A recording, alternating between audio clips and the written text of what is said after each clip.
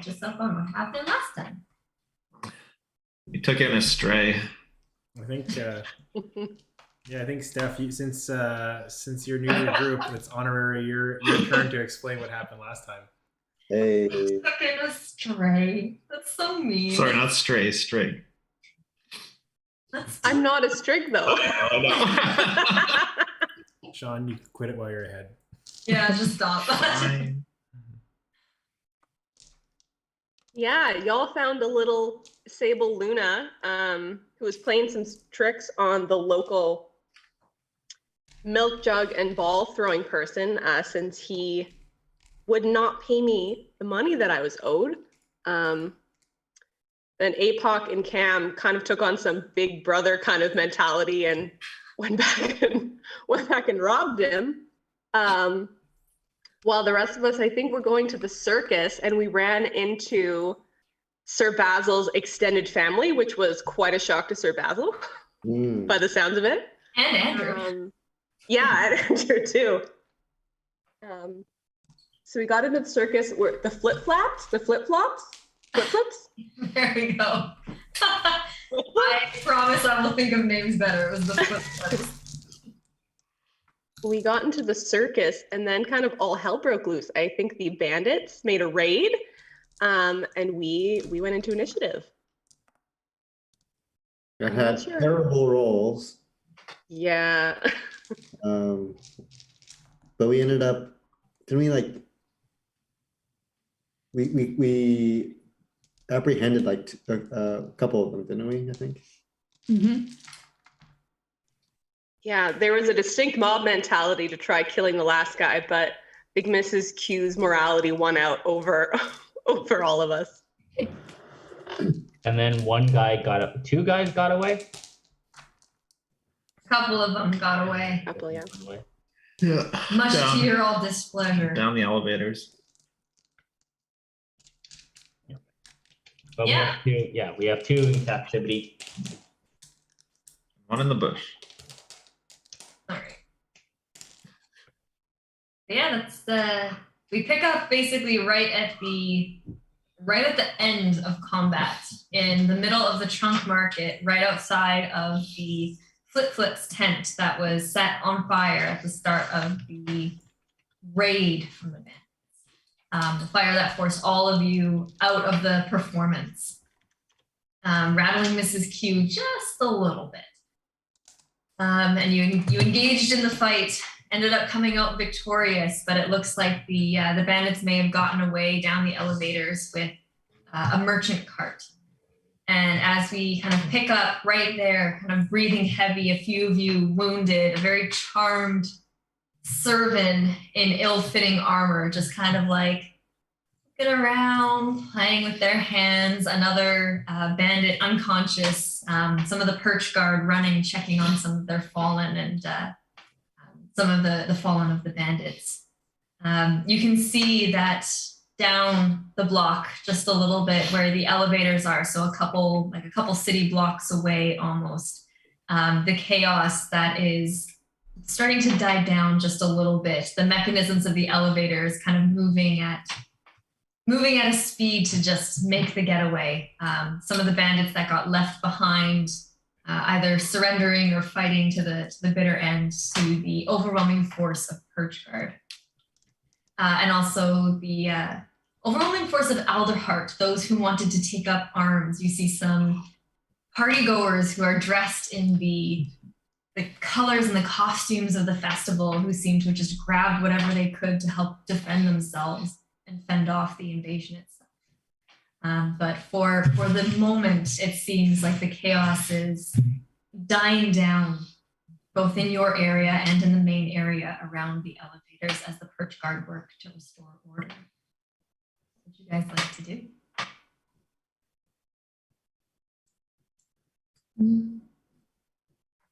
So we have the 7 that's charmed, and then don't we also have a Quillam that we?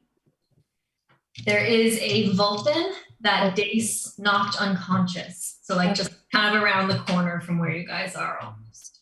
Okay. I feel like we should take the ball pin back to a secret location and interrogate him with our undisclosed, undecided name. Yeah. Where are we gonna take them back? Like the shop? The inn? Oh yeah, what's that shop? The one shop that we went to first thing when we arrived?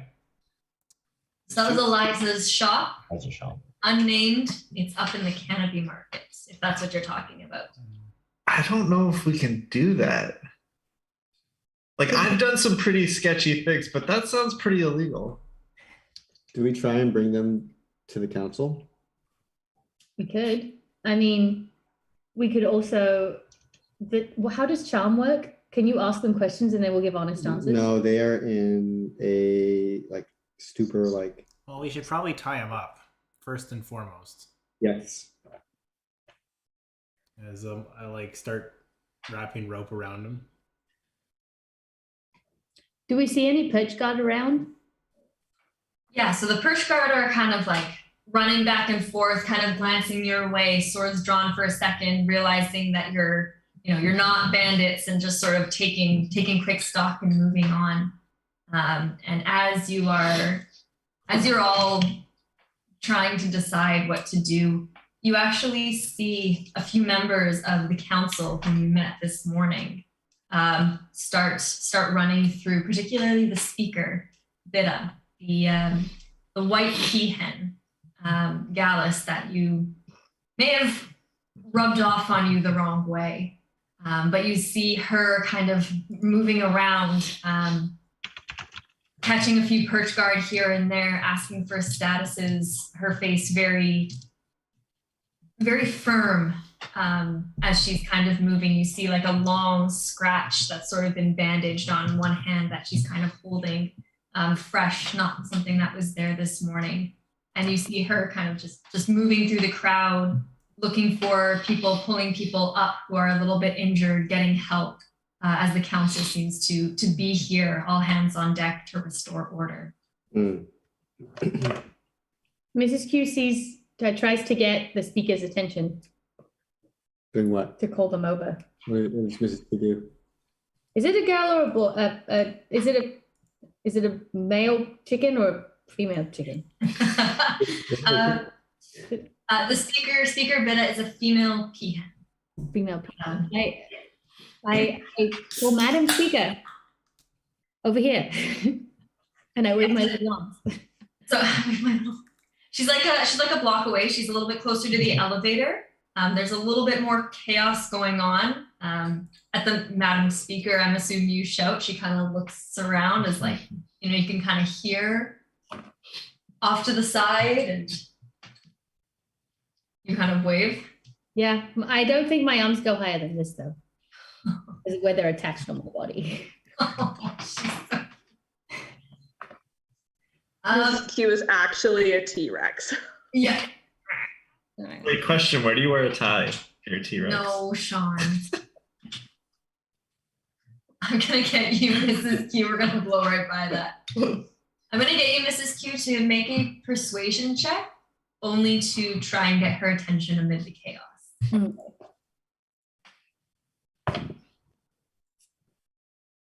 That would be a 7.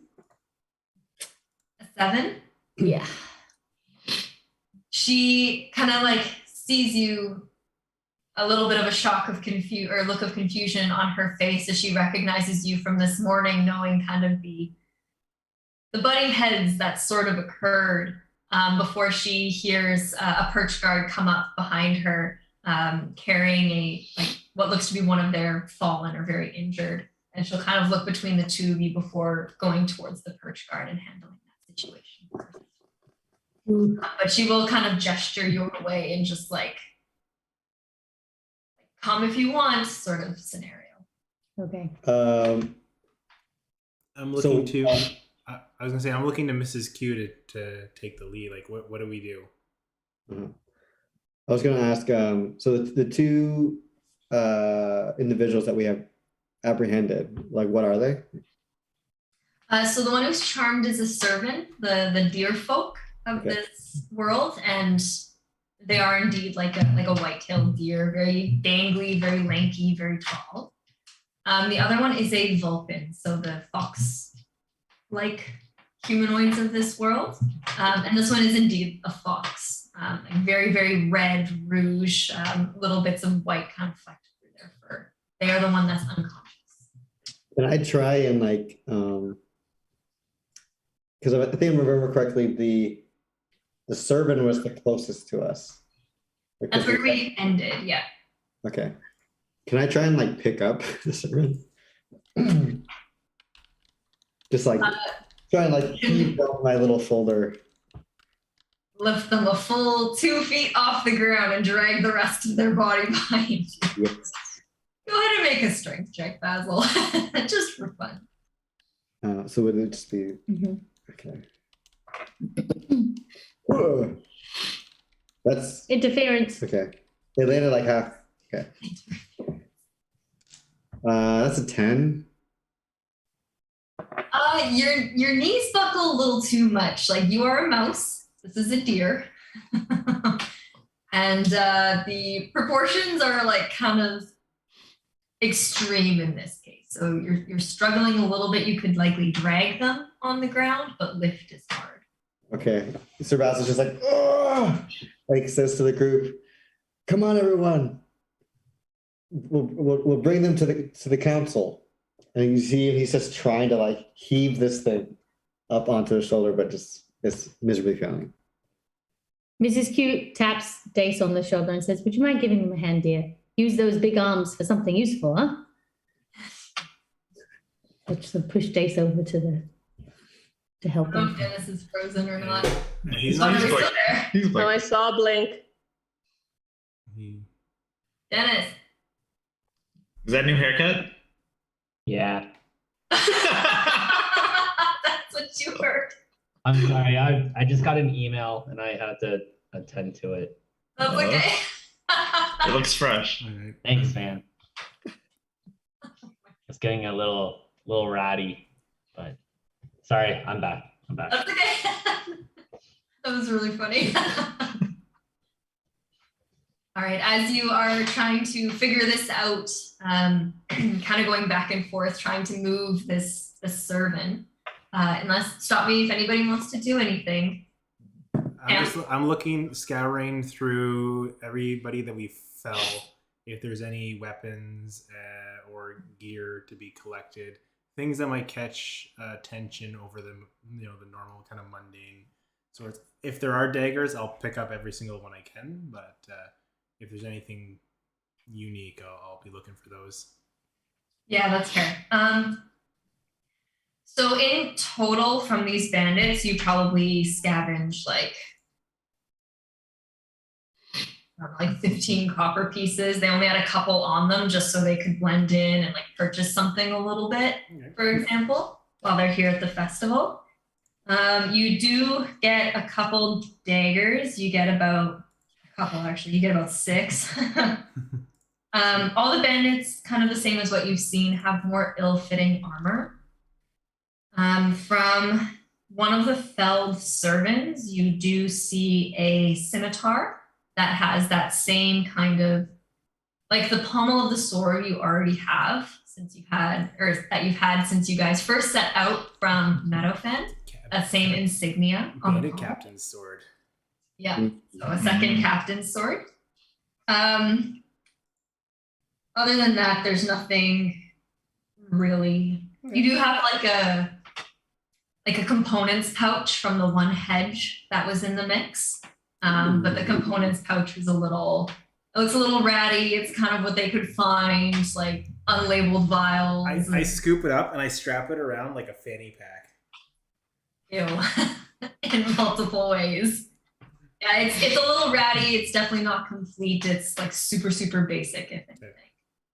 But that's about all. That's the unique stuff plus daggers, I'll say. How many stray like feathers are like on the ground nearby? Like, you know how when a bird gets all ruffled and they lose a few feathers, like if I wanted to collect feathers, how many would I be able to get? From like the fighting perch guard. And... Interesting question. Did you prepare this? Oh, I'm trying to think of when Tango would lose feathers. Yeah. I'm gonna say you get a couple primary flight feathers and secondary flight feathers. You don't see any of the tertiary ones though; those are a little bit more protected from the armor. Okay. You can get, I don't know, 5 of each. I don't know. Okay. And then for other feathers, there's like, actually no, the perch guard are all pretty armored, so you don't even have the opportunity to get some down. Darn. Okay. You just get those primary feathers. Okay. Cool. Last one. As I want to try and help him look for feathers, and I'm gonna go up to Dace and pluck one out of Dace, and then go, "Hey, I found one." Okay. Sleight of hand. Go for a tertiary one. I haven't had one of those yet. It's 13. I'm not even trying to be like subtle about it. I just like yoink. Okay. Yeah, if you're not trying to be subtle about it. Can I roll for attack? Make a perception check first. Unarmed strike? No, make a perception check. Okay. It's a 3. You don't. No, that was notice. Dennis. That was persuasion. Oh, Ace, get your head in the game, yo. I know. It's a 4. I was giving you the benefit of the doubt. You don't feel Cam come up until it's too late, and suddenly there's this like very painful pulling of your feather out of your body. Yeah. Hey, Apoc, I found you a tertiary feather to go with the collection. Oh, that's beautiful. It's just lying around there. Do you still want to make an attack now that it's happened after the fact? No, I didn't realize it, so it's...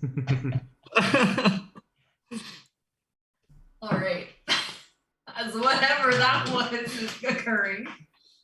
Elle, did you want to do anything? Yeah, while this is going on, Elle realizes that the people that were at the circus with them, Sir Basil's siblings, I don't think are with them anymore. And she's going to try to get a little higher to kind of take a scope of the area to see if she can find them. Cool, yeah. With your wing flap ability, I believe you can get up basically wherever you want to. There's no time pressure to do so. I can get pretty high. Yeah. I mean, she's going to try to kind of get up as high as she can go and kind of scan the area to see if she can make out any small gerbeans that look from like who she saw earlier. Yeah, sure. Easy enough to do to get up to like the second floor of that building you guys all sort of started on. There's one building with 2 floors to it. Go ahead and make a perception check and see what you can see from your vantage point. 5. It's a little bit tough up here. In the trunk market, especially with the festival, there is a lot of streamers that have been hung that kind of obscure the streets quite a bit. It's like mid-peak festival with the fairy lights and all the colors and the tents that have been set up from travelers. It's a little difficult to see. You can see that there are still people running, but hard to make out Basil's family in particular. Can she see if the tent we were in is like completely burned out or gone? From where you are, you can see that now that the chaos has died down a little bit, at least in this area, there are like 2 perch guard who are putting it out the flames that almost don't completely. The tent looks a little singed. It was mostly like the barrels outside the tent that really caught fire. And then it was almost used as a distraction and a barring of the way for the bandits in this case, forcing everybody out in one direction. Okay. She's going to come back down to the ground to rejoin the group and just tell them what she saw, that the fire's almost out and that she couldn't see the gerbeans that they were with earlier.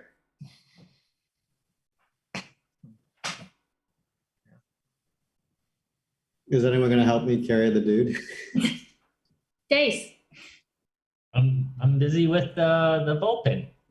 Elle will see that Sir Basil's struggling a little, and she'll go over and just put a hand on his shoulder, and she's gonna cast guidance. Oh.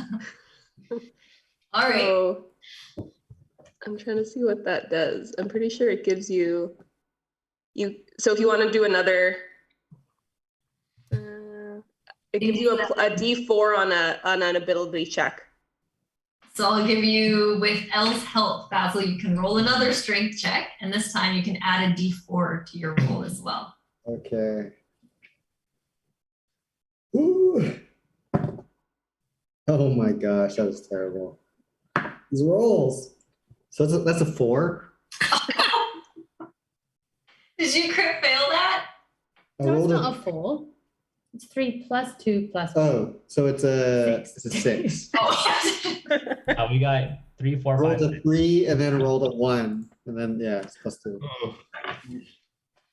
Somehow, now that Elle is beside you, being a little self-conscious at the fact that you're still the shortest one, this servant's almost heavier.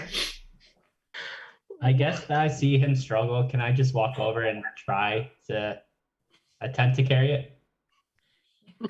Carry both of them. Just move out of the way. Just for fun.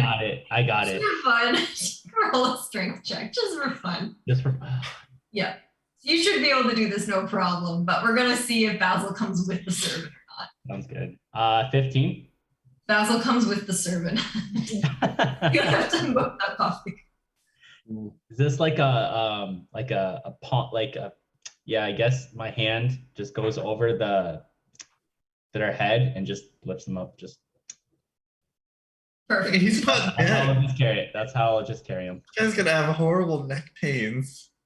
He's still charmed, so like he's still conscious and is like, actually, I think it only lasts like a minute or something, Basil. That's a lot. Yes. Yes. Yeah, that's fine. But he's tied up, so. Yeah. So as you're doing this, he kind of comes out of his stupor and is gonna start to struggle a little bit, but can't do too much against you guys. Can we head towards the councilwoman? Absolutely, yeah. Yeah, as you're heading towards the council speaker, Bida, as she's directing traffic, speaking with a lot of the captains of her perch guard, you guys are getting closer and closer to the elevator. And you notice that the mechanism is still rolling, this elevator mechanism. And it's weird because like it's been rolling for a while, and you notice the chain is almost starting to like sag outwards. So the mechanism are still going, but the elevator has reached the bottom. But the thing is still moving, it's still functioning. Or take that as however you wish to at this point in time. But it's making it currently very difficult for any of the perch guard who are attempting to like jam something in the chain to stop it from moving. Huh. Interesting. And you can, as you get closer to the council speaker, Bida, you can hear a conversation hurriedly between her and one of the perch guard. With the perch guard kind of just like, have to go after them. We have to. We can't let them get away. They're here. We know where they're going. They went north. The councilwoman is just saying, there are a lot of people injured. We can't leave our people here. What if that was a ruse? What if there's a counterattack? We can't have the perch guard leave. To which the captain is just kind of almost like ripping out their feathers on their head. This very big raptor, like bald eagle type, who's just exasperated. There's a long kind of open wound along their cheek, another kind of long one on their upper thigh.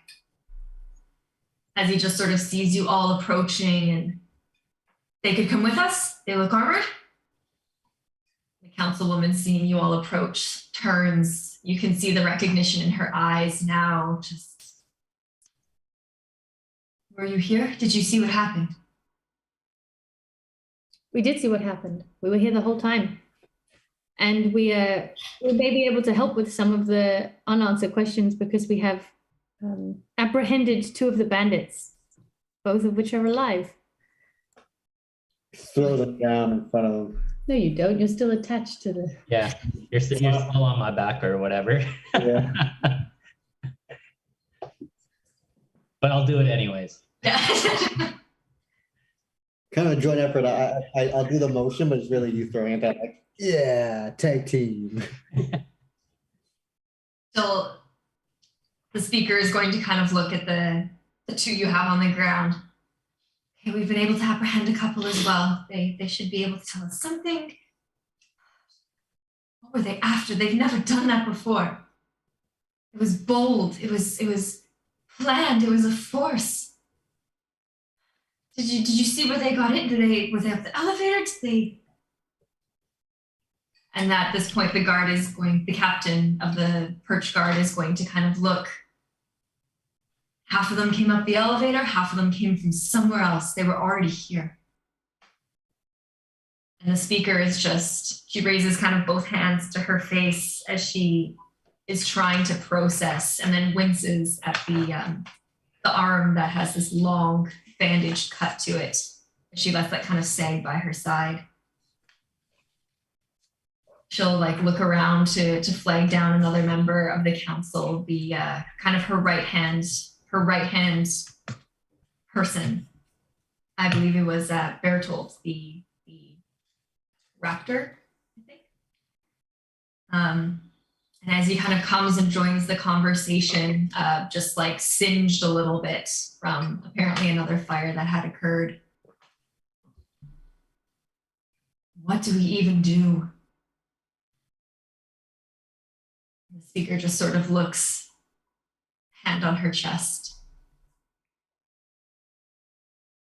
shaking her head, speechless almost for a second.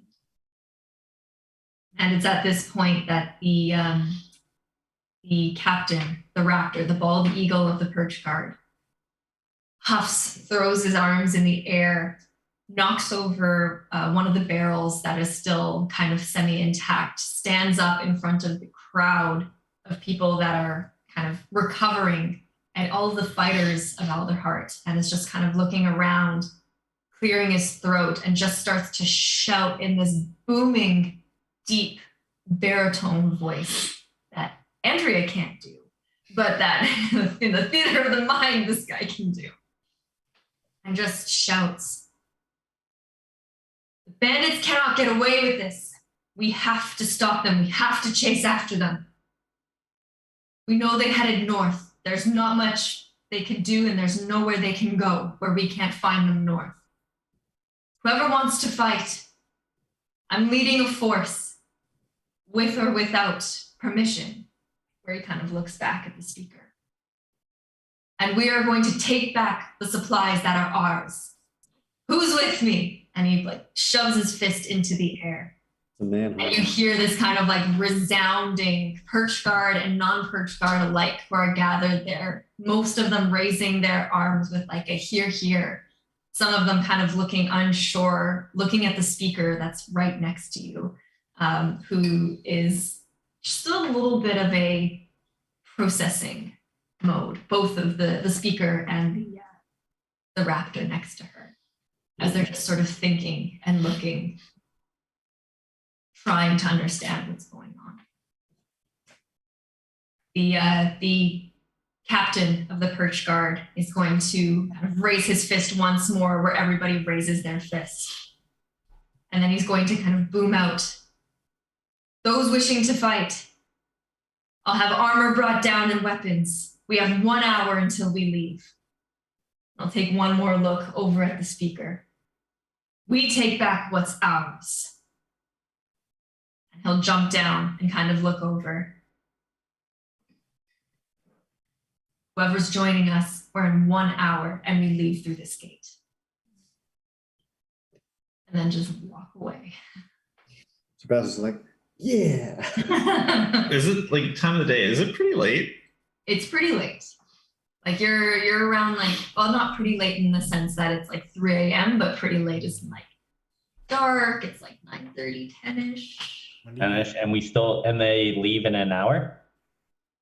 Yep. I mean, I'm wanting to chase bandits. I mean, I don't know if we really want to do that. They completely abandoned us when we asked for help. Can we talk about this somewhere private? And we can talk about this somewhere private. Maybe we can step aside, but I don't think we have the time to really go find a place. If they're leaving, as we heard, in 1 hour, we probably should just chat about it. We're not perch guards, so what's it to them if we were chatting about wanting to talk or not? So, anywho, Is the speaker still standing around there? Speaker is standing right there, and as this conversation is going on, like, weren't you the ones who asked if there was more we could do? Did we? Hang on. you check You the did. tapes back again. I'm pretty sure that's not our group at all. Objection, hearsay. Well, I think I would remember the first meeting of the day with an interpretive dance portion of your testimony. See, there's a different problem though. You guys just said you had no resources to spend except for waiting for guys to come back, and now you're spending all of your resources fighting off some people that are just trying to get a little bit of food to live. Okay. Let's say that again. Hang on a second. I'm serious. Look, I get that. I understand they're that. just stealing food. Like, you have a full chunk market of people that are starving. You're saying the bandits came from within. Maybe they're your chunk market, and maybe they've figured out that they're not going to survive here. They're raiding your stores, and they're finding a better life. I think you have a system of economics here that really benefits the upper class, and you're just driving your lower citizens out to this alternative life. I think we have a closet communist in our midst. No, I'm just saying. Does capitalism exist in Humblewood? You're saying No, we there's can a overthrow serious class capitalism? divide right now. I am. Mrs. Q goes over to the Madam Speaker and says, all of our history aside, what is it you're actually feeling about this manhunt that's about to happen? What are your concerns? Do you think this is the way forward? She will like look at you and just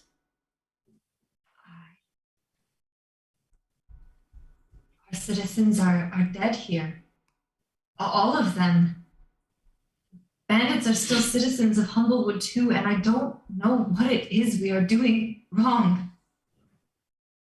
We're supposed to help Alderheart and Humblewood, and there's just so much despair here. I don't know what the right path is. And I can't send people to die, but I can't stop them either if they want to go.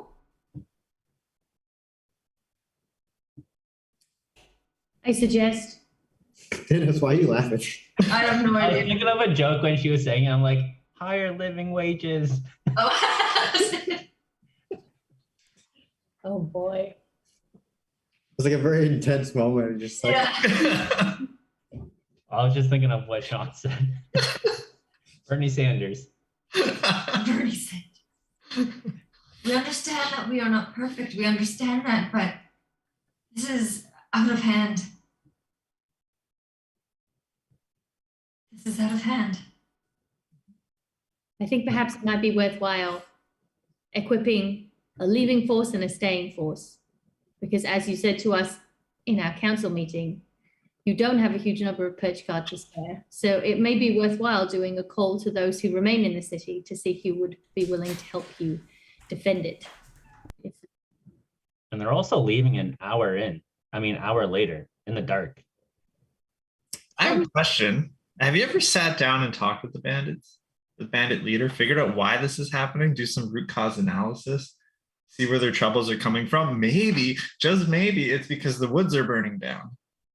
And that this is actually our problem is what you need to solve. If the woods are burning down, they got no food, maybe that explains why they're raiding your cellars. Ooh. Sorry, when Apoc talks, I have a really hard time following the.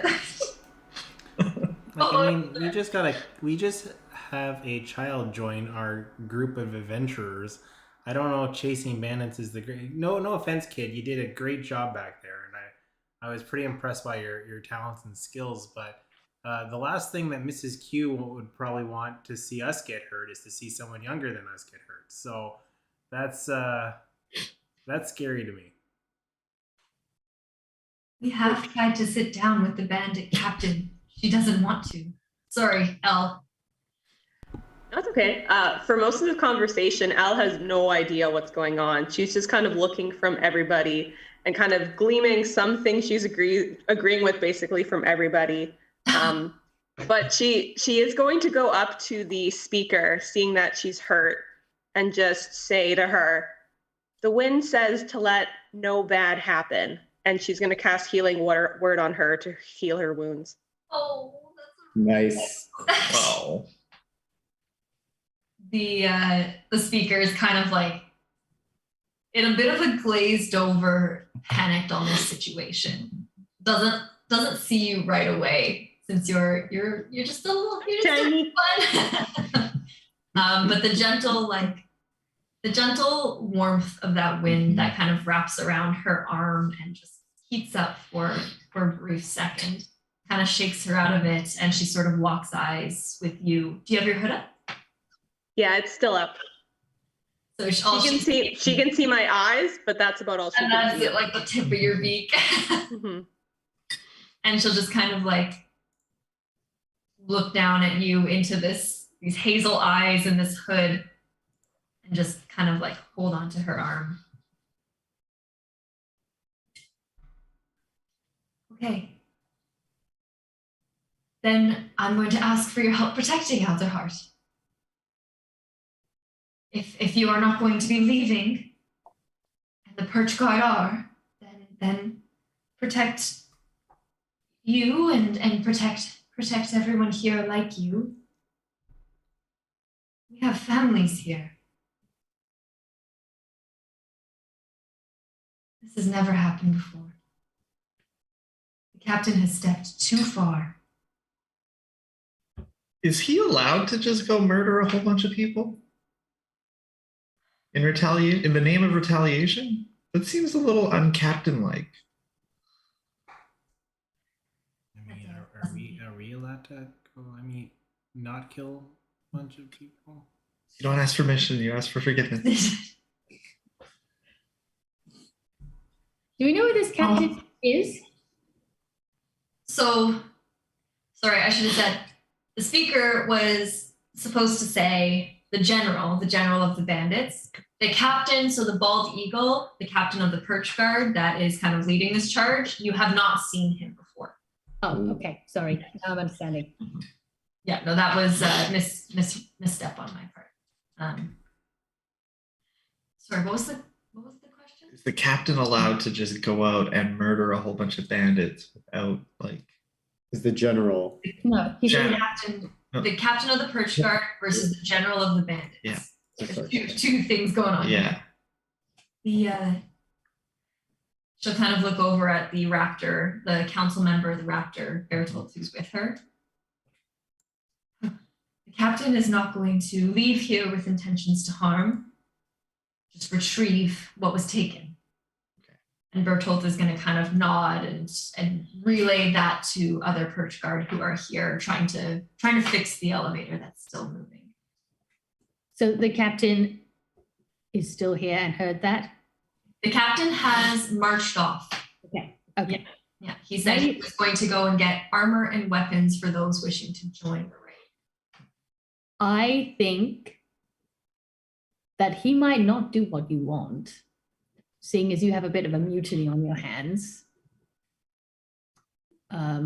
So we either need to like rein it in and figure out how to gain control, but in a way that meets the immediate need of following these bandits, or you just need to accept that he's going to do what he's going to do and he's not under your command anymore.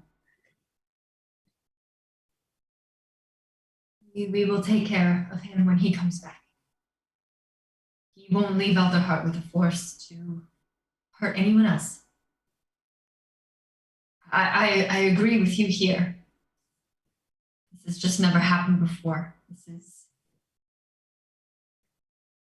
a lot to process. Do you know where the bandits like headquarters or region or where this general might be? It's at the north. I'm wondering if we have a little more information. But they also have an hour head start, you know, like that's a big time difference. She's going to kind of like look down again, see you again, still standing there looking up at her Elle. Just sort of rub her hand back and forth, rub her wrist. All right, fine. There's not much north of here except for forest, which means that this raiding party is not going to get far. Not with a cart full of stuff that they took. I'm not sure if the captain intends to head them off somewhere or catch them before they go. As for the bandits' hideout, it's in the crest. We know that much at least. The Crest Mountains. Do you think there's a chance that Apoc, I'm just spitballing here, if you can talk the captain down, we can go in their stead and maybe talk some sense into these bandits rather than have a massacre not only of bandits but likely more perch guard? I've always wanted to go to the mountains.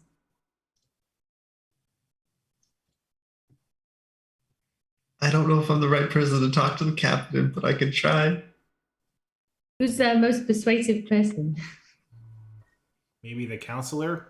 None of you will be talking to the captain of my guard. She's kind of starting to get back into her own, now that the shock has kind of worn off just a little bit. Okay. Cam, tell her your plan. I am here, I heard. Okay. What do you think about that? What if what if we go talk to the bandits? You call your marching eagles. Sorry, just that visual is hilarious. Just a bunch of bald eagles marching.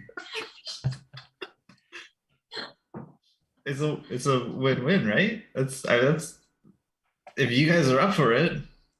I like our group. What is your intention here? Are you going to the crest? Are you trying to head off the raid party? We're now trusting you with Alderheart's protection, so... Well, we're just trying to stop the bandits from attacking. Maybe they could help against the greater threat. Maybe they could, find other ways to suit their needs. But we're not doing everything we can if we let more soldiers go to weaken the defenses of Alderheart.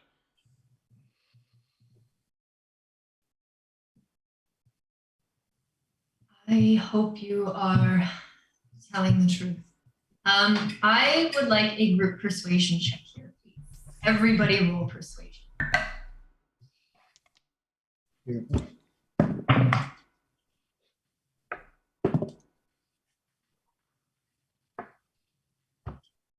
we're gonna go around.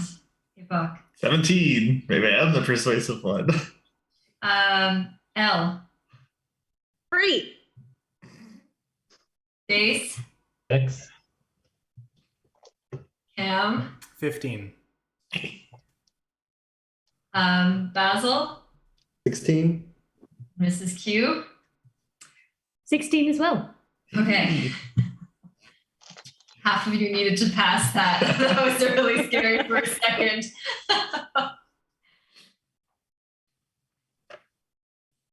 I hope you are all telling the truth. If you fail, or if you decide to join the bandits, that would be unfortunate for Alderheart and everyone in Alderheart. We are trusting you all. And she'll kind of look back down at you, Elle. All of you? Elle's gonna look up at her and just say, if he counts false, then his life is forfeit. It must be someone's destiny. And just completely straight face.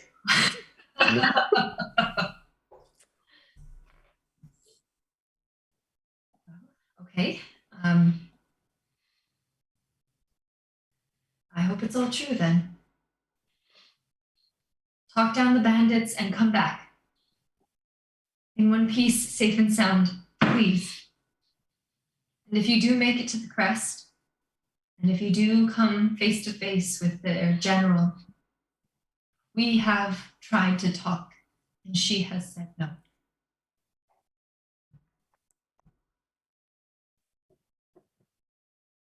But she's never met us. I know of. Hey, what does she look like? What's her name? You're very distrustful. I met you this morning and there was an interpretive dance part of your testimony. Forgive me if I'm not fully convinced by the character of this nameless group. Well, then let our actions speak for themselves. And perhaps you should speak with the magistrate of the things we have already managed to achieve in this city. We are clearly intending to help more.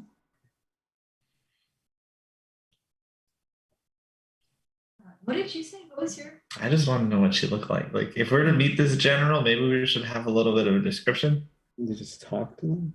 We'll try and see why. Maybe some preparation. We just meet. Her name is. We're just gonna skip ahead a chapter.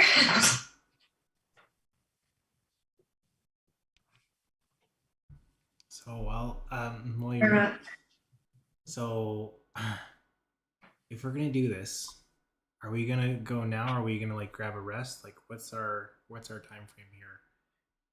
While Andrea's looking up the the stuff. I feel like there's no rush right now because we're just going to be like the search party. Like, we can take a rest, go out in the first thing in the morning. I think I need a long rest, so used up like all my spells. Yeah, Elle wouldn't mind a rest. And I think the speaker did say they'll probably be moving slower than we imagine they'll be moving. Because of all the gear they stole. Yeah. I'm gonna send Hugh to try and follow them while we rest. The bandits? Yeah, if I can.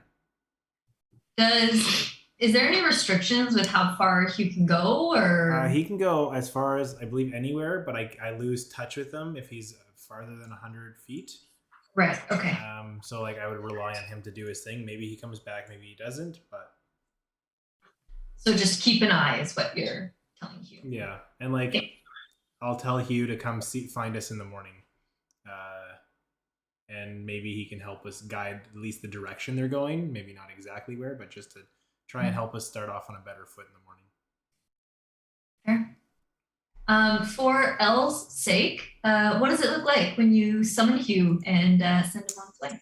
You see, as I call him, this little bat that flies in from you're not sure where. It kind of like apparates in around you. The bat isn't necessarily whole in terms of like material. It's almost like a globules of paint that are all mishmash floating as it's like a painting come to life and is kind of fluttering around with like little splotches of green paint all over the place, and then takes off, kind of trying to hold its shape together as it does. Elle is gonna see this and just, you kind of feel like gusts of air kind of coming off around her because she's so excited. I don't know if that interferes with you at all, but she's just stoked to see this little paint monster. Yeah, it's pretty cute. The general's name is Ceridian. I'm not sure if that's the first name, the last name. She's as far as we can tell, she's a servant. And she is feared. What was the last thing you said? She's feared.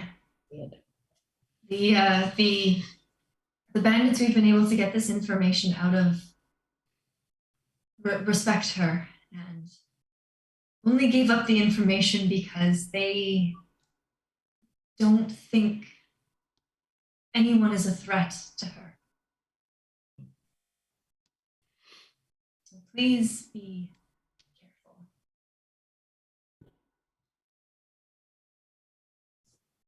If it is your plan to leave tomorrow morning, and she's going to kind of look, make sure that kind of no one is around, that the perch guard are all busy with the exception of one who has sort of been standing next to her and shadowing her. You notice this one perch guard has just a slightly like lighter colored green around his sash, almost as though it's like a different level of perch guard.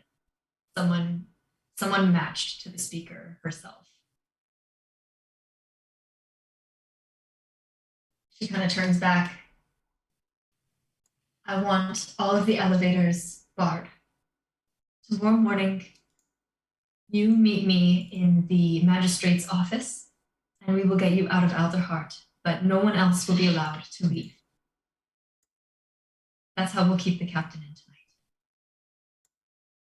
Could you get us a cart too? We may have misplaced ours on the way here, but it would help us catch the ground. Quick, make up some ground. You're going through forest. I don't think it's going to help you. Oh, there's no trails? No, not Okay. north. All right.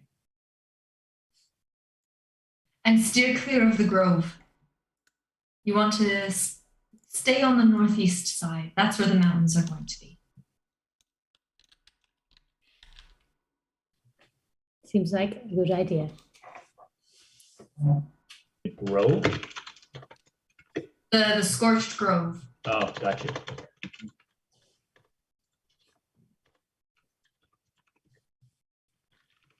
Tomorrow then, at the magistrate's office.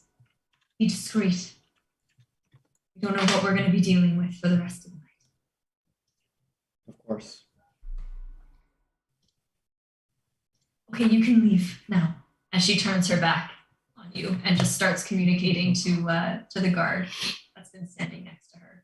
And you can see them kind of start to get a few other perch guard to try and bar off this elevator and kind of start pushing back the crowd just a little bit that has started to wander or gather or be in the way. What would you guys like to do? So Basil turns to the group and asks, so what should we do with these two? And points to the Servan and Vulpix that are tied up on the ground. Vulpin. Vulpin. I think I've made that mistake before. Yes. Are we not leaving them with? They left. I'm when you first pointed them out, like there were other bandits that had been captured, and the perch guard that was around you at the time would have taken your captives as well, unless you had stopped them, I'm going to point out. But when you first met the speaker, like they were kind of rounding up the captives. Okay. So I don't think. Unless you had stopped them. Well, so adding game to the group. Did we want to try interrogating them, or we just continue on the story that let them take them? Well, they're here, right? So. Well, it depends. Either while that whole exchange was going on with the council member, either the perch guard could have taken them, or like they're still in front of us. Mm-hmm. So it depends on like if the group wants to interrogate them, we do something stopping them, and then we interrogate, or we just play it off as if they were taken away with the rest of the bandits. I mean, in Dace's mind, we could interrogate them. And then maybe we could take them with us on our journey. And they could be used as like a bargaining chip. Yeah, like, hey, you can respect us. We didn't kill your fellow bandits, but you know. Also get them to lead us there. Right? Well, they'll tell the truth. Yeah. Yeah. But Crest Mountains, I feel like that's a the bandit fortress is in the Crest Mountains, or do we have to go past the Crest Mountains? We're in the Crest Mountains. In the In mountain. I mean, we now know Ceridian. We can like try and negotiate with our bandit. I mean, Captains. maybe Dace has a point. Maybe it would be a sign of good faith to bring the bandits back and give them back to Ceridian. I don't know. To be honest, I don't know if we need them to help us, but I'm pretty good with mountains. Okay. So we kill him then? What? The perch guard take them away. Sorry, Days. So that's how it's going to be? All right.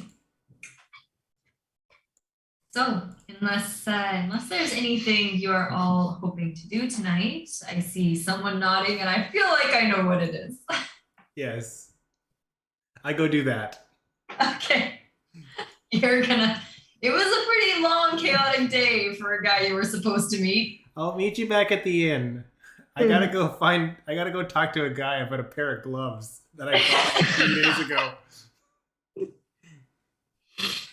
All right. I need you to make an investigation check to see if you can find this random dude. Investigation. So with a nat 20, that brings it up to a 24. Damn. Yeah, of course, that would be the roll you crit.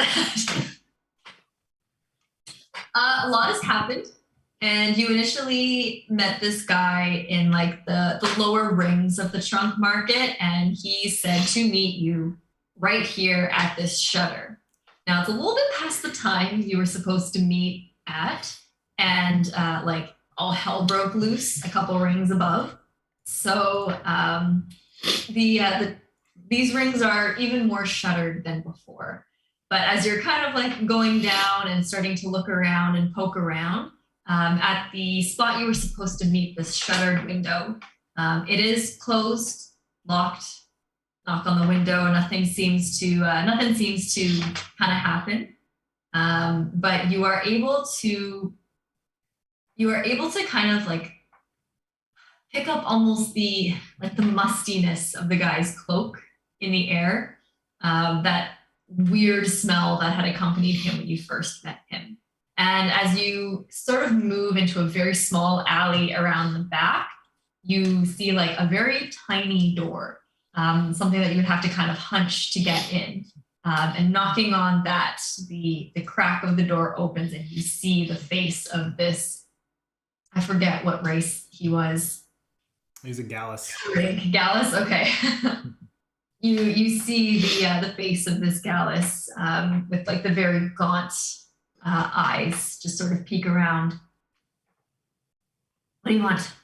Well, we had a deal. I've got your face spider goo, and I've got money. You said you had something for me.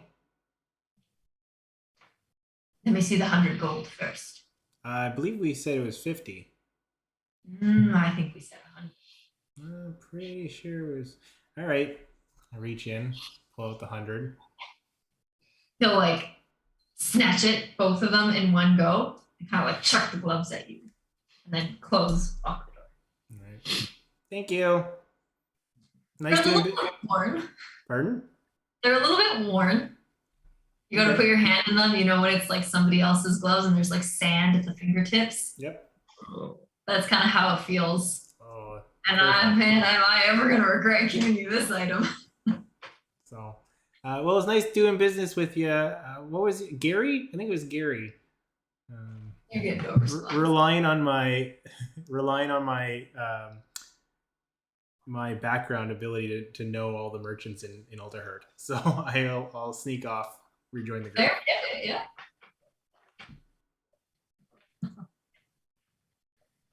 That's it for me. I cast identify on them as I walk away. Yeah, they're what you are expecting. Okay, cool. Turns out Gary was able to pilfer a pair, but they are used. Like they are not new at all. Cool. You know, like they're like almost half a size too big for you, Love it. but Perfect. you could use a good wash. And they're a magic item. Cool. Thank you. And I go find the group. All right. Anybody else in the group doing anything? You either at the inn or on the way to the inn? I guess I would have no idea where my siblings would have gone, okay? You know that they have a home in the Bright Hollows, which is a neighborhood here in Alderheart. It's not too far away from where you are. The Bright Hollows is like the ring. It's like the first ring, like on the outside of the trunk market itself. So the trunk market is very internal. The Bright Hollows is just on the outside of Alderheart. Keep in mind, Alderheart is huge. Yeah. You can absolutely go asking around or see if you get lucky and bump into them on their way. But you know the general area, the neighborhood itself.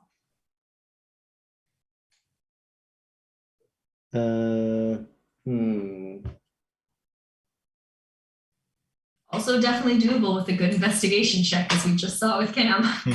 Sure.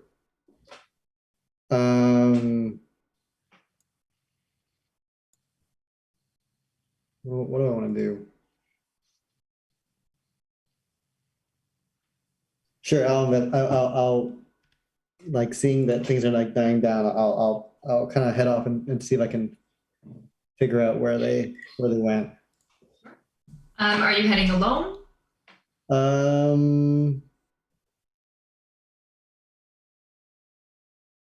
Well, does the group want to join? Do you ask anyone to go with you specifically? Okay, Sir Basil says to the group, I think I'd like to see where my two siblings went off to. I believe they said that my family resides in whatever area you said. Yeah, the Bright Hollows. In the Bright Hollows. Not too far from here, but it may take a while to look for them. Would you like to join, or perhaps I can meet you back at the inn?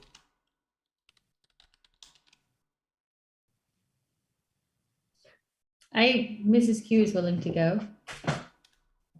Elle shuffles her feet a little bit and kind of like brings her cloak kind of up and just says, "Families don't usually like me. I think I'll stay." I'll stay too. Families aren't my thing. Okay. Yeah, it's getting late. I'm gonna hit the bed. Well, for splitting the party, I'll go. Right. So Cam, you're going with Team Basil? Okay. And the three are going up. So we'll get to you three in a second, as long as that's okay. Elle, Dace, and Apoc. Basil, Cam, and Mrs. Q.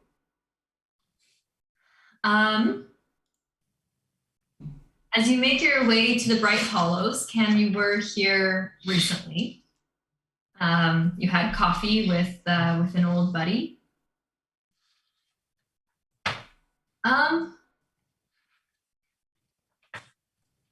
Eric, I'm gonna message you something. Check your WhatsApp. Okay.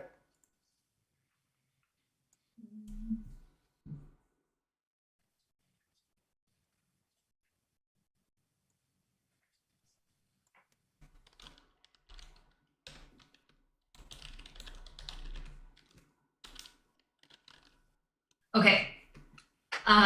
So the three of you who go down, as you kind of start asking around, looking for Basil's family in the Bright Hollows, I would like an investigation check from all three of you. Okay.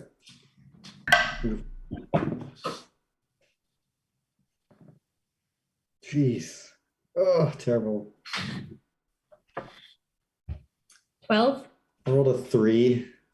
23. Oh boy. 19. Thank goodness Cam is here. Investigation's my thing tonight. I love it. Yeah, no kidding. So Cam and Mrs. Q, after asking around, you are able to get very lucky and find one person each who has heard of Basil's family. They've heard of fennel and, oh boy, forget what your dad's name is, Basil. There's too many spices. Let me look it up. Tarragon, fennel and tarragon. And they're able to direct you to the house of Basil's family. And the Bright Hollows is named the Bright Hollows for a reason. It's quite beautiful because it's on the outside of the ring. There have been almost like windows that have been bored through the trunk itself directly to the outside, kind of on angles so that it forms like skylights, very beautiful openings into basically this whole neighborhood around the outside of the tree. You're fortunate your family is kind of on the west side in the Bright Hollows, so you do have to walk a little bit according to the directions from the two people that Cam and Mrs. Q were able to get directions from. But you do make it. And the Bright Hollows is sort of organized where there are almost like, actually the best way I can kind of describe it is almost like hobbit pools. So like circular sort of homes that have been built out of the tree, and you kind of have to take stairs up to like some of the homes on the upper level of the ring. There's nothing, if you think of it as the ring of a tree, there's nothing on the inside. It's all been built into the outside. So you're almost walking kind of like an open to below, for example, where the trunk market is versus where the homes are. And I hope I'm doing a good job describing that because it's really cool in my brain. As you are able to walk up to the home of Basil's family and knock, knock, knock on the door, you get kind of just a squeak from behind the door. Hello? Hello? Does Sir Basil recognize the voice? It sounds very much like your sister Lavender. This was the oldest sister, or the one that was very talkative to me? The one that was here talking to you, yeah, she's the oldest. Okay. Sir Basil kind of takes off his helmet, and he says, Lavender? Lavender, is that you? The door like flings open and you don't even see your blur of a sister as she just hugs you. Oh. That was so scary. That was so scary. Oh my gosh, you're okay, you're okay. She holds you at arm's length. Okay, there's like not a scratch on you. Okay. Well, actually, no. You're very wounded. Wait, come in, all of you. Gosh, it's good to see you. Wait, there was 6 of you. I'm afraid the rest of my group is resting, but I had to come find you after all the commotion. Mom and Dad are gonna be so happy to see you. Come on in. You see Sir Basil maybe like he's about to take a step into the door, but then he kind of pauses. And like you can see his like ears drop a little, and he's just thinking about the previous conversation that he had with his sisters and how like guilty he feels for abandoning them, and knowing that like his father is like super sick and his younger sister was like giving him a super cold shoulder, and so then he kind of like with like sunken ears just kind of reluctantly kind of steps in to the house. It's quite a beautiful home, like everything in Alderheart. The carvings, the tables, the chairs, like as you sort of move through, it's not huge. It's more of a like very small kind of bungalow type deal, 1 floor. But as you sort of move through, you can kind of hear voices. You see somebody sort of bustling in the kitchen. At quick glance, it looks like a younger Quillam woman.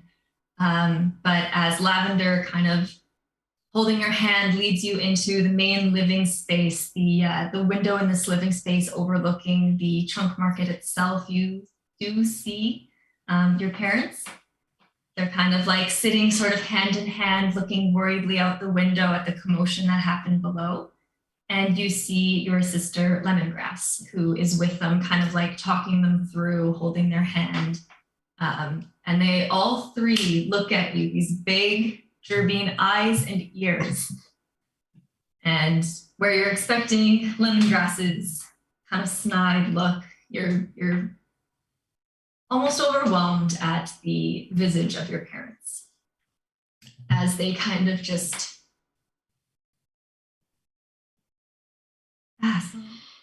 Basil dear, is that really you?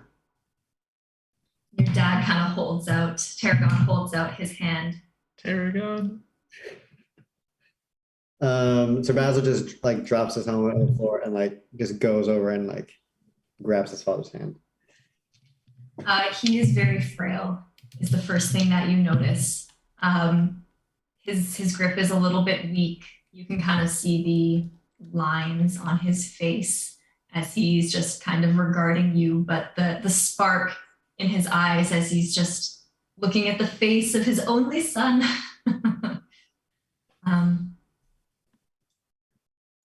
Sorry, is everything okay? Yeah. So I just got a phone call from our team that she has to get picked up now from the hospital. Okay. I'm just going to rush there and then I'll come back. Yeah. No worries. Drive safe, Dennis. Mm-hmm. I'll try and draw this out as long. No. No worries. Like if we wake up tomorrow, just be like, oh, I'm groggy because I don't have my coffee. Yeah. And sleep on the way. We'll figure it out. Drive safe, Dennis. Join back if you can. Cool. As you're kind of looking at your dad, your mom just sort of grabs both cheeks the way Mrs. Q kind of does. And you do notice that she's also quite frail, but she like turns your face towards you. You have grown so much. I cannot believe that you are my son. Oh, we're so proud of you. We're so happy to see you. And like your hands are one way, but your mom is hugging you as your dad is holding your hands. Yeah. It's just a lot. And there's just like the cooing and the kisses and I'll say Sir Basil is so choked up by seeing his parents that like he just doesn't even know what to say, but it's just starting to cry. He just can't contain just this overwhelming feeling. And I feel like at some point he would probably like either like try to embrace his parents together or like just put his like head like kind of like lean against them, and it's just saying nonstop like, I'm so sorry for leaving. I'm so sorry. And just crying as they're like just like having this intimate family moment hugging one another. No other need to describe it. They're just really happy to see you. And at some point you do kind of sense, rather than see Lemongrass sort of get up and kind of stand at the doorway, you sort of feel Lavender's presence. And you do feel the presence of your two friends who are still there. I don't know if they're joining in for the hug or not, but. So Basil, realizing that, kind of like, gets his composure again and goes back to like being all knightly and wipes his eyes and says, Mrs. Q, Cam, let me introduce you to my parents, Tarragon and Fennel. And kind of just like ushers them towards them. Mrs. Q goes up and shakes their hand and says, you have a very remarkable son. He has been such a joy to have around. You must be exceedingly proud of him. Hi. Lovely to meet you both. Hi. So lovely to meet you both. Oh my goodness. How wonderful. Oh my gosh, my mom keeps calling. How wonderful to see you all. Gosh, we've just missed you. Have some tea. Arna will be right out with some tea. Mrs. Q, like, looks really happy because the tea in this place has not been up to her regular standard. Yeah, that's very fair. As you're all just sort of sitting there, Cam, in your head, you hear Lemon's voice. Mm-hmm. And as you kind of look over to her, she's kind of just like scratching her nose just a little bit, but glad to see you're safe. Yeah. I'm safe. Don't know, so don't say anything. Don't say anything about what. Are they dating? That's perfect, Cam. Hang on, I'm Sir missing Basil some things hearing here. Cam say that, like, So I don't think you hear that. oh, I mean, well, did Cam say it out loud, or did he say it in his? I'm gonna scoot up next to Lemongrass and be like, Lem, listen, I'm here because Basil wanted to visit the family, and I just wanted to see you guys again. You say that out loud? I'm gonna whisper it to her as I won't cause any problems, not unless he starts it. Interesting. She'll kind of give you a little, oh, my mom's texting you now? Yeah. Okay. She'll kind of give you a little side eye, and we're going to take a break so I can see what my mother wants. Cool. We'll pick up there in like 5 minutes. Right. Ooh, the drama. Yeah, give me 5 minutes, guys. You know, I bet lavender makes a good tea. Yes, absolutely. Sorry, I got to be right back. Yeah. Give me a second. It's like, what have we uncovered? What is going on? There's a reason Eric's wearing a yellow shirt. Lemon. Right. Yes. That's why this whole time. All right, be right back. Grab some snacks.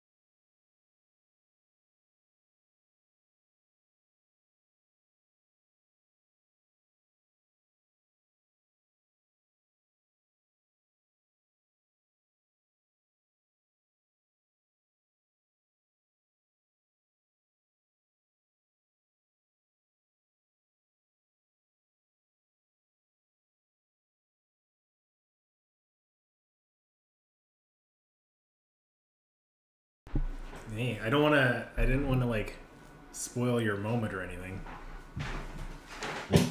No. It's like layers of like, what is going on?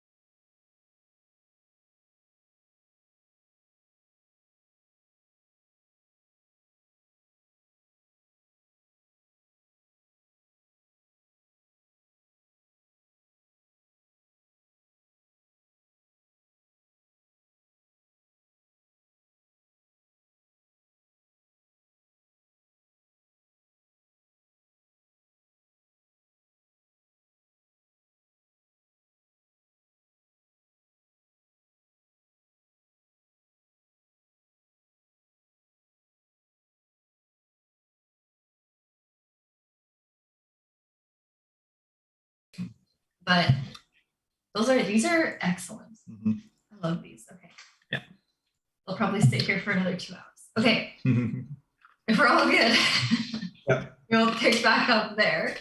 The last thing was Cam whispering over to Lemongrass. Is that correct? Mm-hmm.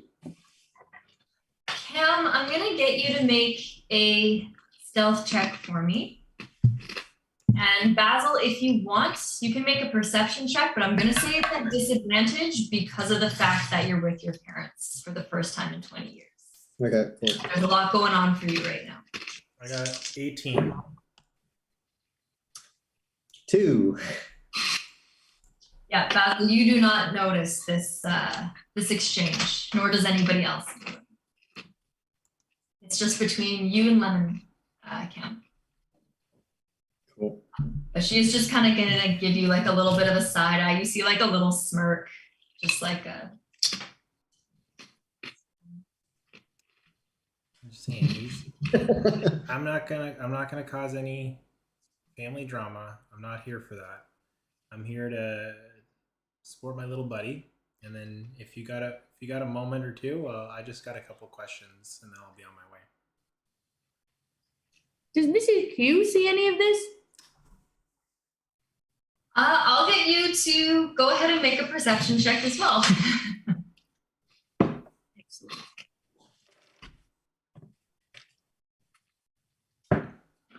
Ooh, nice. That is a 17. 17 total. Yes. I believe Cam rolled an 18. I did. You, if anything, you kind of see out of the corner of your eye, maybe some murmuring, but like it looks harmless. It's fine. Doesn't Basil look so cute with his parents? Okay. I would say that's about all you notice. Like nothing suspicious, Mrs. Q. I mean, Cam, it's good to see you. If anybody's starting drama here, clearly it's me. But Likewise. I won't say anything now. Okay. We'll find a time. Eyebrows. As you are all, stop me if you guys want to do anything, as always. But as you're all just kind of catching up, your parents still cooing over you, talking to Mrs. Q, Lavender is sort of just like smiling in the middle of it. You kind of hear some bustling and just gentle knock on the door frame. And, hello. Sorry to disturb you, everyone. I made some tea. I just wanted to let you. You must be Basil. You see this young Corvum woman who you saw in the kitchen. She looks about like kind of like I don't know, early adult years ish. She is like very, very, very jet black, like raven black feathers. There is like a tuft of white around her chin. Very like magpie-esque, but not to the extent that Tabitha, the shop owner, is a magpie. Sure. And she's just going to sort of like, I'm Arna. I'm the caretaker here. It's so good to meet you. I've heard so much. Do you take cream or sugar? Actually, I can just leave it. I don't want to disturb anything. It's a beautiful moment. So Basil kind of like helps her put the tea down, and then as she says that, says, "No, please stay. I would love to get to know the." It's a female, right? Or no? Yes, Arna is a female. I would love to get to know the person who has been helping my parents all these years. Well, I couldn't. It's a family moment. And you see like Lavender kind of tug on Arna's sleeve and sit her down like, you're part of the family too. And Arna will kind of just very, very sheepishly sort of sit down next to Lavender. I'm like glaring hard at her. Pardon? I'm super glaring hard at her. At Arna? Yeah. Sitting next to Lavender? Okay. I don't know if there's a reason why or not, but okay. She doesn't quite notice. You can see that she's just like enthralled that Basil's kind of here. Just, we've heard so much about you, Basil. Well, I've heard so much about you. Clearly, your family knows. I've heard so much about you. It's so good to meet you. You're You're very brave. Your parents are very proud of you, if you don't mind me saying. And Fennel and Tarragon just kind of like reach over and kind of give Arna's hand a squeeze, and she squeezes back and gives a smile, as much as a bird can smile. Mrs. Wonderful here. Sorry. It's been wonderful here. I love it here. Mrs. Q starts pouring tea into cups and saucers and handing it out. Serving the parents first. I have honey. There's honey in the kitchen as well, if anyone would like. There's cream and sugar here. And you can see Arna has started to like help Fennel and Tarragon, like preparing the tea exactly how they like, passing the sugar, holding it while they put the sugar in their tea and stirring and gathering up the dirty dishes. Must be quite a life out there, Basil. And Lavender kind of looks over like, yeah, you never got a chance to tell us. Indeed, I have, since that day I left, I have been quite a few adventures, finding myself fighting all sorts of foes, going on adventures, but ultimately ending up in Meadowfen, where I met my current companions, Mrs. Q and Cam and the others. There's been The others. and all of them, you know. It has been quite an adventure, or quite a journey. Your dad kind of like chest puffs out a little bit at your words, just full of pride. We're so proud of you. It's so good to see you again, Basil, but we are so proud of you. Hearing his dad or his father say that, you see his ears kind of drop again, because it's just like this sense of like guilt of just like abandoning them. And he finally asks his father, so what happened all these years? What happened to Zogma? What happened to our family? And then what are the two siblings that disappeared? You got her out of your family, man. Okay, it was like too many tabs open. Lime and cilantro. Actually, I think it was thyme and peppermint. Oh. You were close. Yeah. Okay, so Or is it sage? yeah, because there are three siblings that were not accounted for: thyme, sage, and peppermint. Sir Basil asks, like, what happened to thyme, sage, peppermint? Where are they? And kind of just wants answers of, like, how did, like, all the years that he's missed, like, how's their family survived? Knowing that his father got sick, like, what's going on, type thing. Well, Basil, and this is your dad talking. My voices are starting to sound the same. Well, Basil, after you freed us, we had a bit of a rough patch. We didn't exactly have a place to go, but Lavender and your mother and myself, we were all able to find jobs somewhere, and we were able to afford this apartment here in the Bright Hollows, and it has been good to us ever since. And we've been able to, Sage and Lemon, you've been to the Avium there, they're studying there. Sage, I've heard, is quite good at, Lemon, what is that one where you shift something into something else? And you hear Lemongrass just sort of pipe up. Transmutation. She's good at transmutation. And I'm really good at illusion. We both kind of found our calling.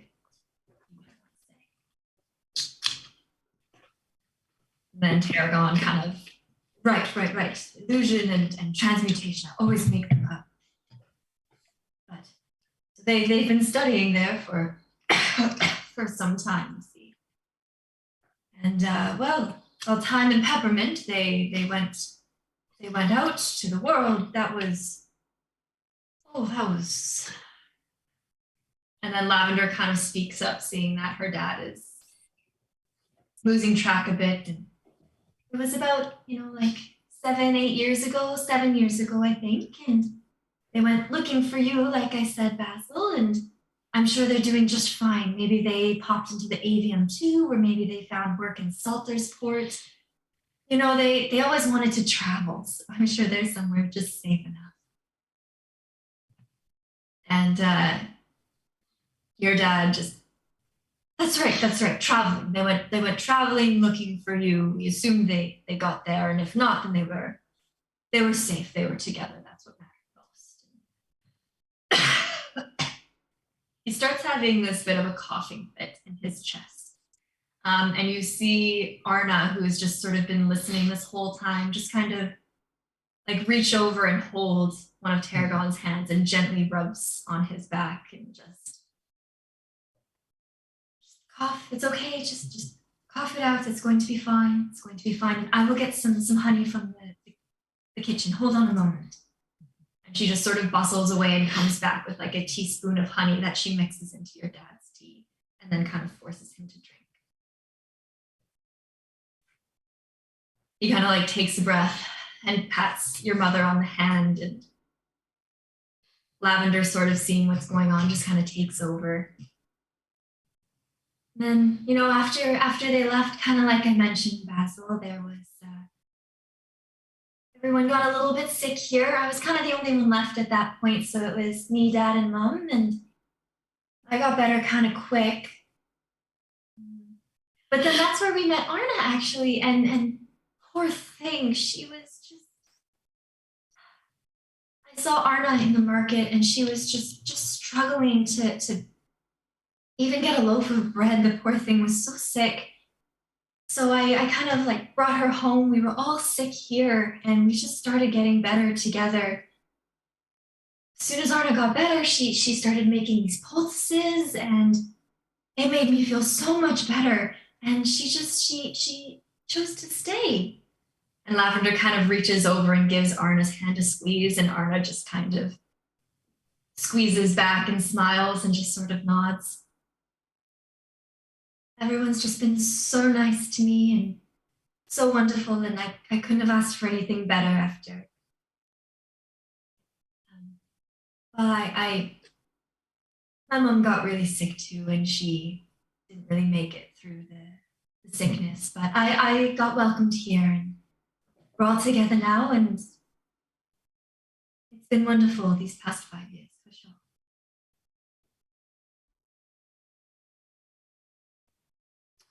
Sir Basil says, kind of just like looking right at Ara, and says, well, then I am in forever your debt for being here when I couldn't be.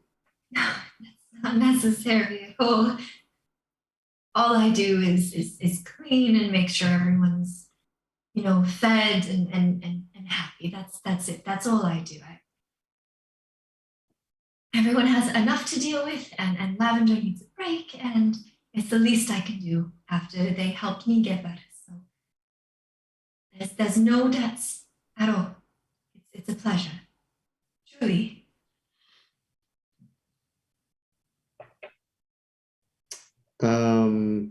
Seeing my, so it's currently only my father who's sick, or is it still? Sorry, finish your question, Andrew. Or is it like both parents? They both look a little bit frail. Your dad definitely had a bit of a coughing fit. Your mom kind of like patted it on his back. He looks a bit better now, a bit spry, but a little bit tired. Gerbeans do not live very long.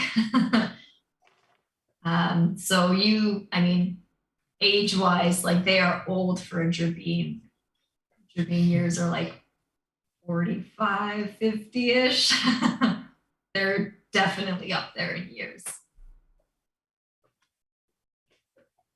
Because Okay. you yourself are also quite old, or like a middle-aged Jobin, if I remember correctly. Sure. Okay. The only other questions that I would want to ask them,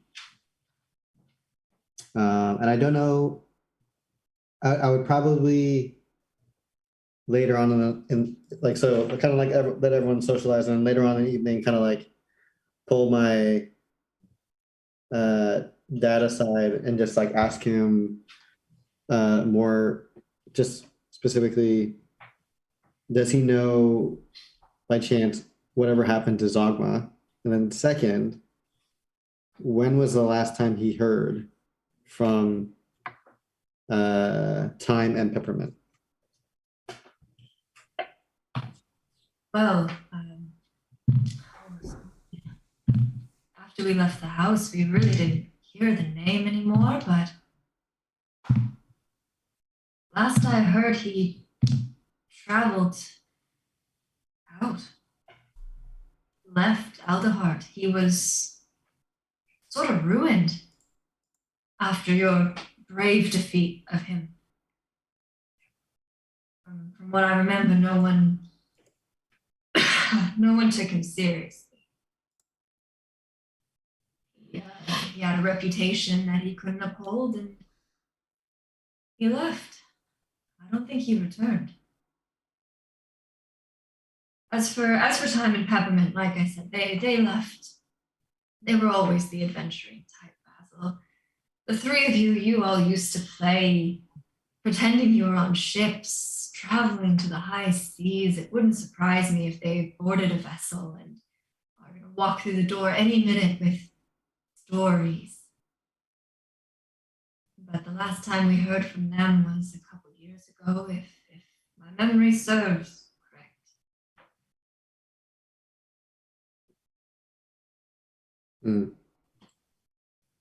End up meeting up with you then.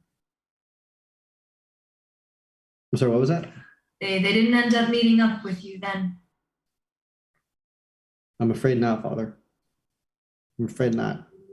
And you can see that like Sir Basil's just like, maybe his father would see that like, he's just trying to recount in his memory. Like, could I have seen them? Could I have missed them? But no, he answers, no, I never ran into them. They're resourceful, Basil.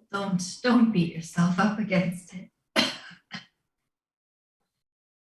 They're resourceful girls. You saw them when they were young, but they grew up to be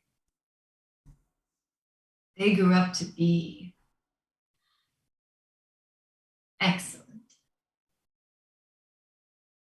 And you can see once more his like just swelling with pride when he thinks about it. Cool. But if you see them, tell them to write. I could use a letter or two. I will definitely do that. And you can see like he's starting to get like a little choked up again, just thinking about his siblings are out there, doesn't know really anything about them. Maybe what he'll do is he'll lead his father back to his chair or something, and then he'll just say that unfortunately I won't be able to stay. There's another journey at hand that requires my attention, but it's not much. And you see, he just kind of reaches in. I don't have a lot, and he just gives to his dad all of his gold. And says, "I hope that this helps until the next time I can return." And he That's just kind of like holding a pile of gold in his hands. The realization on his face kind of like breaks out into just like the cartoon sparkles in the eyes almost. A hero in many ways. I guess adventuring served you well. Basil, we don't need all of this. Sir Basil will kind of close his tiny hands around the gold and just say, "I insist." Well, next time you come, we're going to have a cake, and Arna makes a really delicious braised root vegetable stew. We'll have that. This will be for next time you come. And Sir Basil will just say, "That sounds absolutely lovely." And then they kind of like just sit down again. And then unless the rest of the group want to do something, I assume we probably peace. Yeah, I think Mrs. Q will maybe help Paula put the china away, and then suggest that we get back to the inn so that we can sleep before tomorrow's big journey. What if the china's on the top shelf?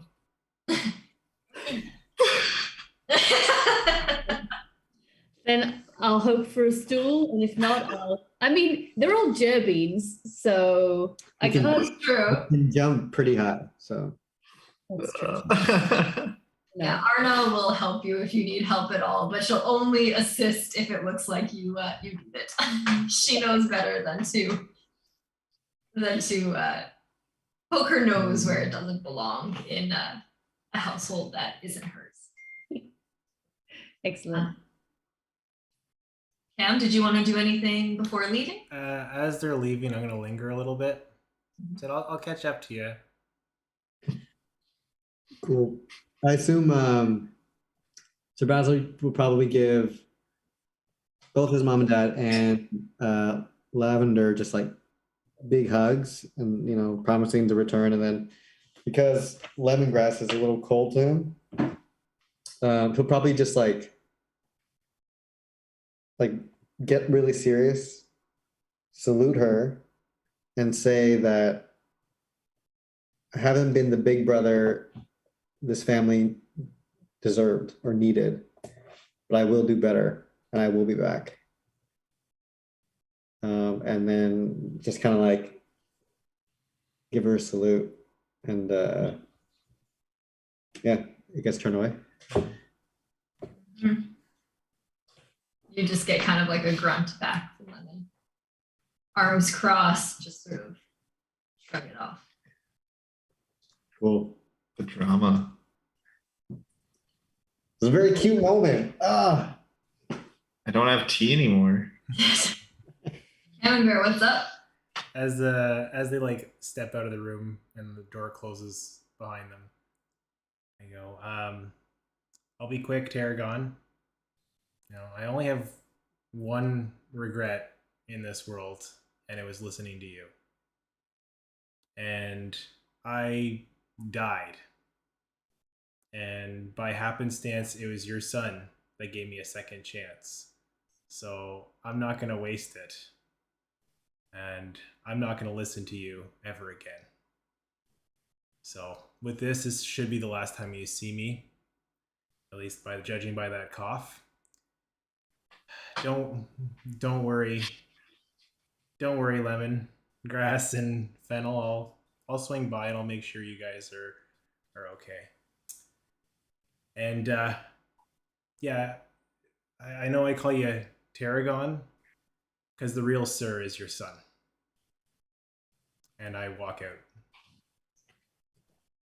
out. I don't think there's any comment as you leave. He was like in the middle of cleaning his butt.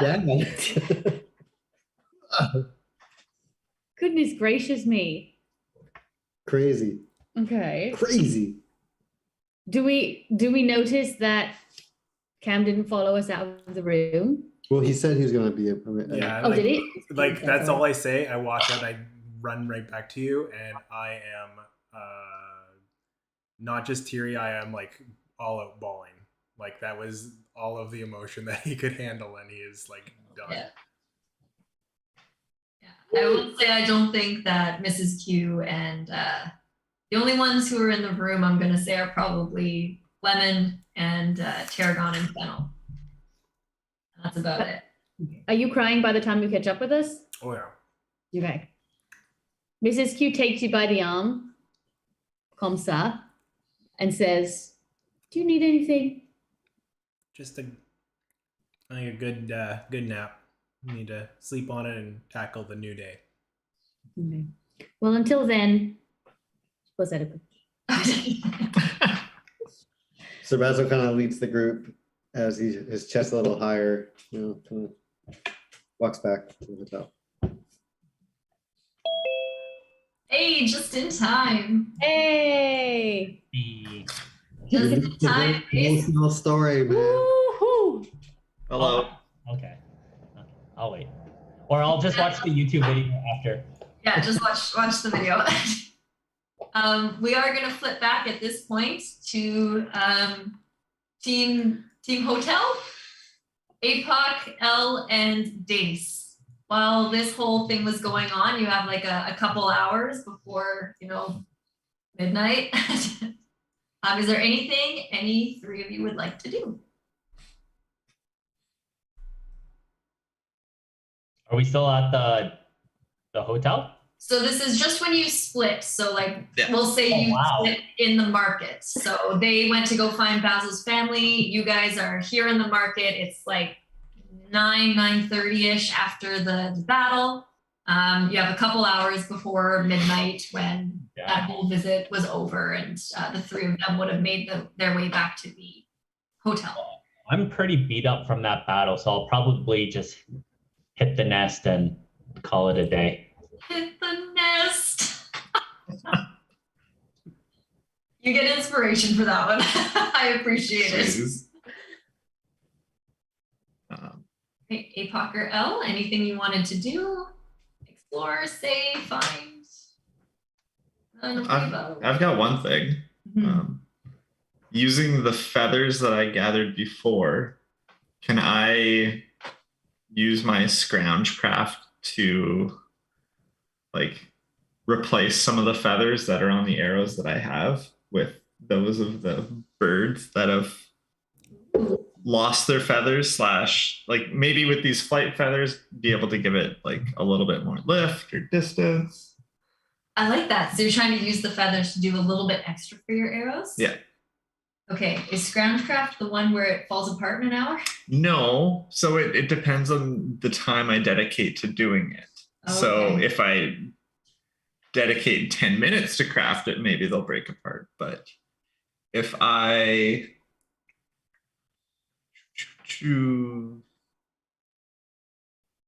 8 hours converting an item of Scroungecraft in this way into a permanent version. Yeah. As long as you start the process before the item falls apart. Yeah. Okay. Yeah. Basically, if I spend more time doing it, it becomes permanent. Okay.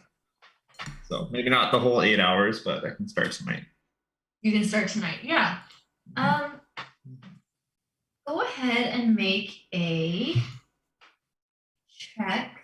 What's it gonna be? That's Tinker's tools. It is Tinker's? Okay, That's what your Scroungecraft is, yeah. Dexterity. Oh yeah, there it is, first sentence, Tinker's. Yeah, so it's a dexterity plus your proficiency. Roll. That's a 10. It's a 10? Yeah.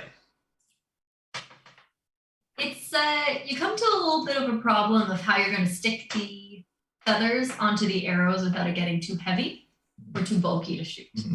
So it's a little bit rough. You tried with a string, a fishing line, didn't quite work as well. You tried with some of that sticky goo, didn't quite work.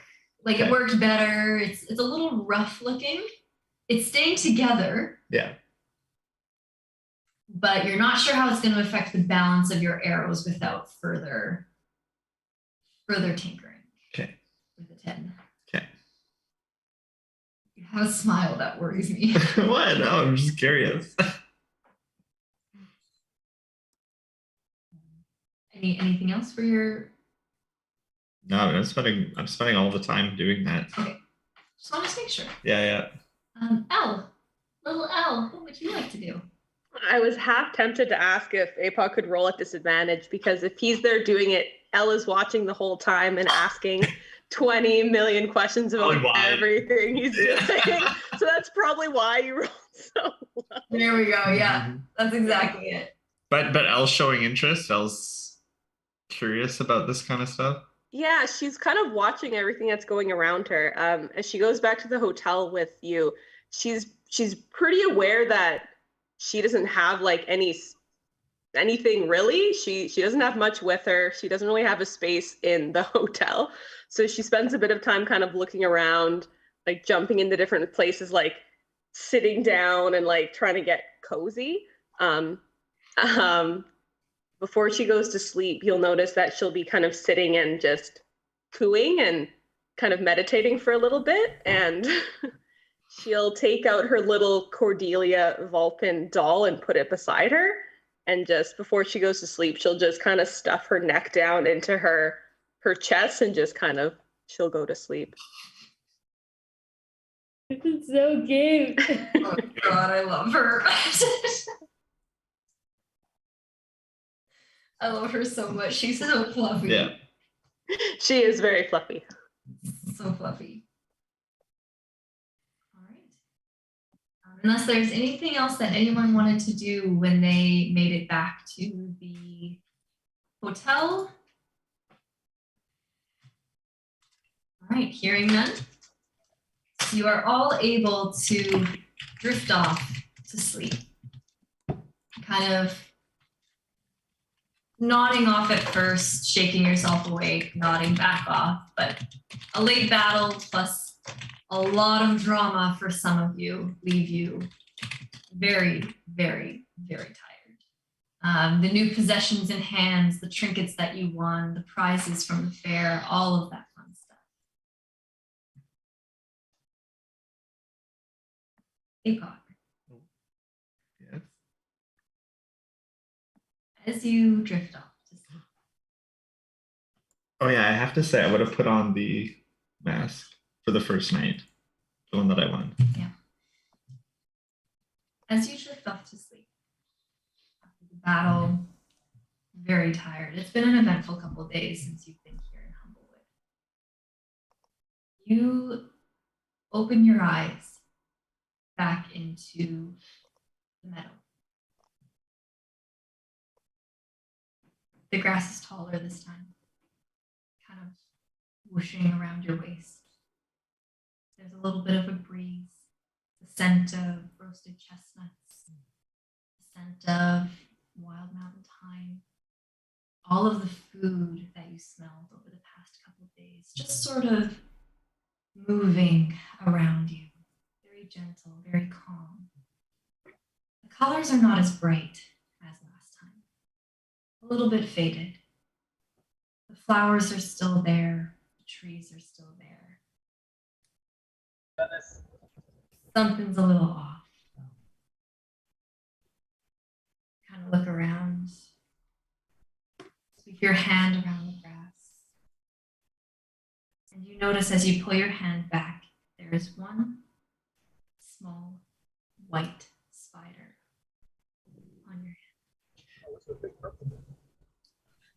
Is there anything you would like to do? Kind of try and squish it. Yeah.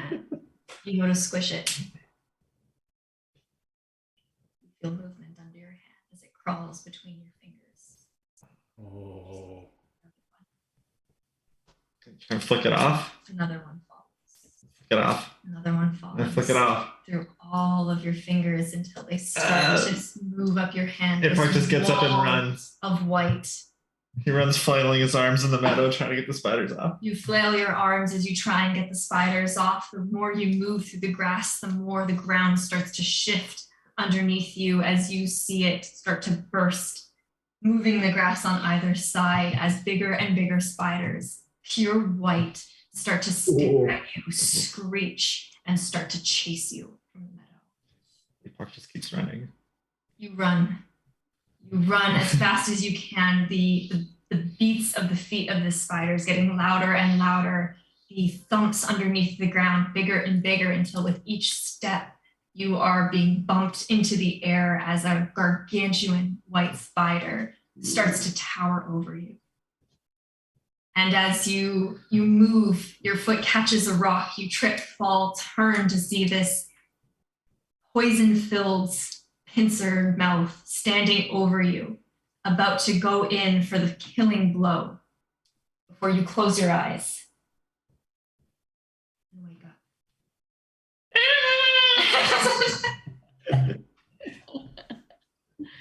He just wakes up screaming in terror. Who was in the same room as? Yeah, sharing. Oh, I thought it man. was Cam and Apoc in the same room. Did we even designate rooms? I think we did, but it was a while ago. Whoever wants to be in the room is in the room. I think like if we had split up in rooms, it would have been Cam that Apoc would have roomed with. I think just sleep Elle through would, it. Elle would be with somebody, and considering she was with Apoc and Dace before, she'd be with one of them. She would not go to a room by herself. Yeah, I mean, we would have welcomed you if you wanted to. Yeah. All right, so Cam and Elle, you wake up to Apoc's screams. Quit your fussing and I will go back to sleep. Dreams again. Have you had the dream before? Yeah. It's not always spiders, but it's a long story. It's just spooky. I get bad dreams. I don't know why I wear this mask. I just take it off and I throw it.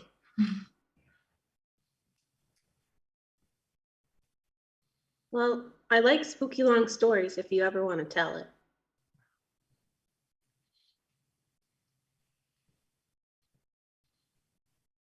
Maybe another night. Ella's gonna look at her Cordelia doll and just extend it over to Oh. Apoc. Cordelia helps me sleep. Apoc just grabs the doll and pulls it in. This is like the best. He's like just you see this like grin from like side to side. Like, nobody's offered him something like this before.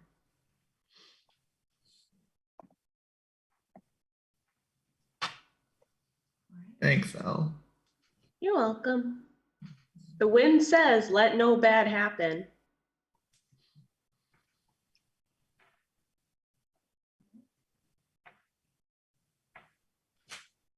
And Jesus. drift off back to sleep. Emotions running high. You enter into the study that you've seen before, where you've hung the picture of that beautiful jerky. You're there sort of straightening it. It's warm, bit of a fire crackling, keeping your skin nice and cozy. Wait a second, the picture's off once more. You go to straighten it again. As you start to move it and twist, the canvas of the jerky starts to almost burn or singe away. There's an emerald green smoke that starts to twirl, spin around you just a little bit. A deep kind of hum that fills your ears, starts to get in your nose and your eyes a bit. You can feel the burning of the scar on your hand. Starts to get a little bit hotter and hotter as you're adjusting. You realize everywhere you are touching, you're singeing the painting, and the jerking a little bit more, and a little bit more, and a little bit more. As you are kind of looking up at the painting, watching it singe, pulling your hand back, it twists, the paint itself reshaping and bleaching. until what sits before you is a singed canvas of the beautiful gerbine that you recognize. Pale white. And as you hold your hand to your chest, breathing heavy, squeezing your eyes shut, is there anything you would like to do? I think I would instinctively just try to either put out the fire, and knowing that that's not working with this bleached canvas, just start repainting. But it'd be like a frazzled. Nothing's going to look good. It's just smattering of paint as it's like scrambling, trying to recreate what was lost in that moment. The canvas itself is not so much on fire as it was just kind of like you hold a flame close to paper and it starts to just burn away without actually catching. That's kind of the effect of it. But as you take out your paints and start painting, the swatch turns the color you painted for just a moment before the color almost bleeds down the canvas until there's nothing left, remaining white. I would just collapse on the floor, kind of knees, hands up against the wall where the painting is, and just kind of start crying. The heat on your hand